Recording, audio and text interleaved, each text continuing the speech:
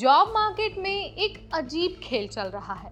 एक तरफ कुछ लोग एआई की लहर पर सवार होकर करोड़ों कमा रहे हैं, वहीं दूसरी तरफ लाखों नौजवान डिग्री लेकर भी बेरोजगार घूम रहे हैं। जुलाई की जॉब रिपोर्ट्स ने फिर से यह सवाल खड़ा कर दिया है कि क्या एआई ने व्हाइट कॉलर नौकरियों की जड़ें हिलानी शुरू कर दी।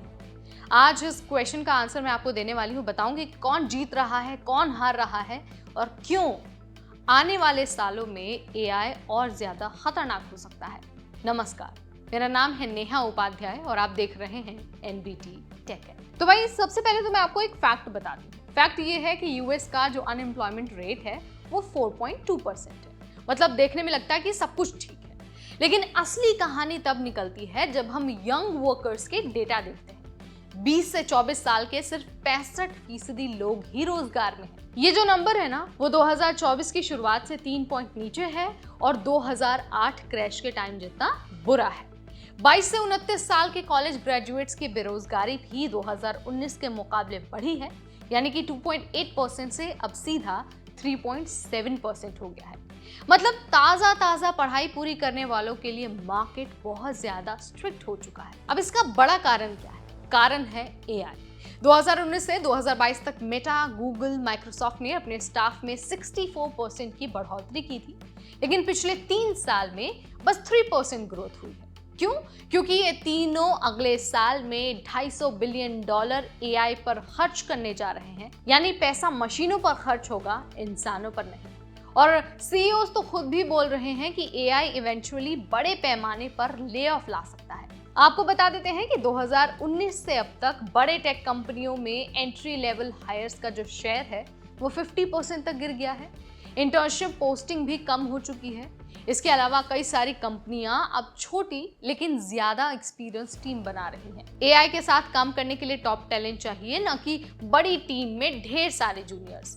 मतलब अगर आप फ्रेशर्स हैं तो मार्केट अब आपके लिए पहले जैसा वेलकमिंग नहीं रहा है। इस सिचुएशन को कहा जाता है बाइफर्केटेड जॉब मार्केट, यानी कि एक ही सेक्टर में कुछ लोग ऊपर जा रहे हैं तो कुछ लोग नीचे जा रहे हैं। विनर्स की अगर हम बात करते हैं, यानी कि जो ऊपर जा रहे हैं वो है AI engineers, highly specialised experts और वो लोग जो एआई टूल से अपनी प्रोडक्टिविटी कई गुना बढ़ा चुके हैं। लेकिन वहीं अगर जो लोग नीचे जा रहे हैं, यानी कि जो लूजर्स हैं, अगर हम उनकी बात करते हैं तो सबसे पहला नाम फ्रेशर्स का आता है। इसके अलावा जो मिड लेवल प्रोफेशनल्स हैं, जिनकी स्किल्स को एआई आसानी से रिप्लेस कर सकता है, वो सभी नीचे जा रहे हैं। डेटा ये कहता है कि professional and business services sector में जो इनकम है वो 5% बढ़ा है, जो 2019 के 3.7% से ज्यादा है।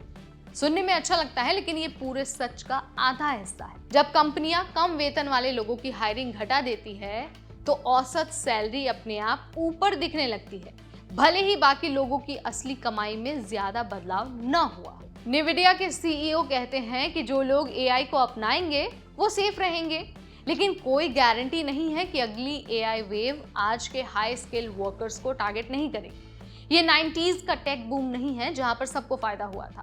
ये बूम जितना बड़ा होगा, हो सकता है उतने ही लोग नुकसान में जाएं, चाहे एआई की वजह से नौकरी जाए या फिर गलत निवेश से मार्केट फट जाए। तो भाई एआई का असर अब सिर्फ किताबों में नहीं, बल्कि ये नौकरी के बाजार में सामने खड़ा है। अगर आपकी स्किल्स स्पेशलाइज्ड हैं और एआई के साथ फिट बैठती हैं तो ये टाइम आपका है, लेकिन अगर आप कोप अप नहीं कर पाए तो आप मार्केट से बाहर हो सकते हैं। तो आप मुझे बताइए कि क्या आप मेरी बात से ताल्लुक रखते हैं? जो भी आप मानते हैं, let me know in the comment section. इस वीडियो में इतना ही। Till then, this is me Neha Upadhyay, signing of.